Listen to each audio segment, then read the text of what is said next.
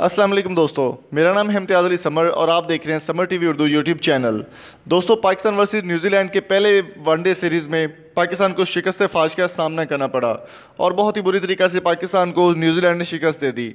इसी मुकाबले को मद्देनज़र रखते हुए जो कि आज मुकाबला होने जा रहा है Pakistan versus New Zealand second ODI यानी कि दूसरा वनडे सीरीज़ जो खेली जा रही है, उसमें कुछ चेंजेस सुनने में आ रही हैं।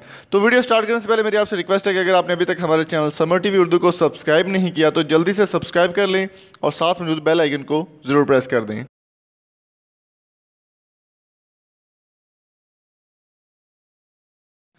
दोस्तों, काफ़ी सारी परफॉर्मेंस देने के बाद बाबर आजम भी आखिरी वनडे सीरीज़ में जो है वो नहीं चल सके और कोई ख़ास परफॉर्मेंस नहीं दे सके और काफ़ी सारी जो मुश्किलात का सामना देखना पड़ा पाकिस्तानी टीम को।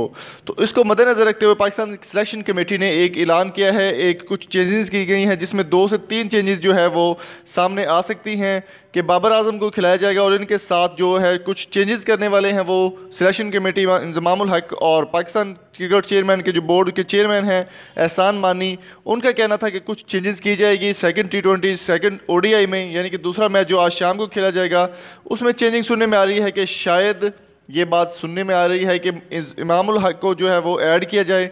इमामुल हक पहले नहीं खेले थे, अब शायद उनको ऐड कर दिया जाए और वो देखने में आया है कि काफ़ी अच्छे तरीके से वो परफॉर्म करेंगे और सेकंड ओडीआई में इमामुल हक या मोहम्मद आमिर दोनों को शायद सिलेक्शन होने के चांसेस हैं।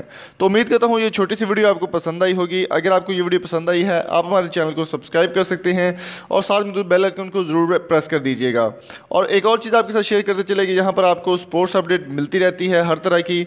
और आज की टीम के लिए कांग्रेचुलेशंस और बेस्ट विशेज़ हमारी पाकिस्तान के साथ हैं।